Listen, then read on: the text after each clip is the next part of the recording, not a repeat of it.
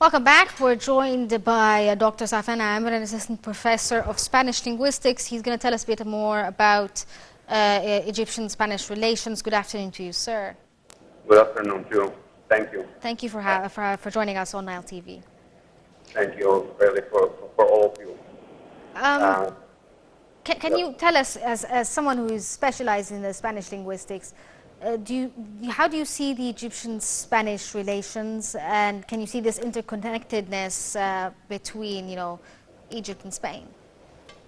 Okay, that's great. As we know, we have an official visit for the Prime Minister, the Spanish Prime Minister, from yesterday to Egypt. Yes. And a huge number of ministers and businessmen. And if we speak about the cultural relations between Egypt and Spain, it all started with a foundation in 1931 of La Escuela Española del Cairo, or the Spanish School of Cairo, by a group of Spanish entrepreneurs, professors, and intellectuals who lived in Egypt in that moment. This center, which owes its very existence to a popular initiative, yes, was dedicated to the teaching of the Spanish language and the dissemination of Spanish culture in Egypt. Yes. This center was inaugurated with a great portrait signed by the Spanish king, but 3 months later the Republic took power in Spain and the center was nationalized, as we know. Yes. Therefore, La Escuela, or the school, became an official cultural center. We have today, it's called Cervantes, it's at Dohi, it's the official Spanish culture in Egypt. And we have another one in Alexandria. Yeah. Sorry. Yes. I'm sorry I cut you off right there. Can you keep going? Keep going. Okay. And then in 1949, the Egyptian Institute was created in Madrid, and in reciprocation, La Escuela changed its name to the Spanish Institute that we have today in Egypt and in Cairo and Alexandria. And since this period, we have created a library, received famous Spanish authors and artists in Cairo to discuss and exhibit their work. And finally, in 1991, the actual Instituto Cervantes, or the official Spanish Center, was founded. Today, the Spanish Center has like 76 branches in 15 countries. In Egypt, we have 2 centers, one in Cairo and another one in Alexandria.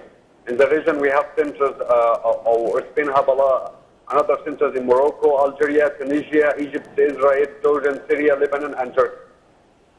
And for the relation over the Egyptian-Spanish cultural relations are deeply rooted in history, as we know, given the contribution of Andalusia, or Al-Andalus, and Egypt in various fields, especially on the intellectual and philosophical field extended to the Mediterranean region through the period from the 8th to the 14th century, which attested the best of these contributions. Among these elections, we have Al-Makrizi, Al-Qarqashandi traveler Ibn Zubayr belonging to Spanish city Palencia.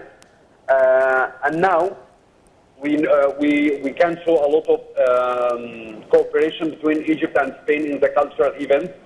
As the Spanish embassy today, it has a very big role in defending the culture and the relation bilateral between Egypt and Spain.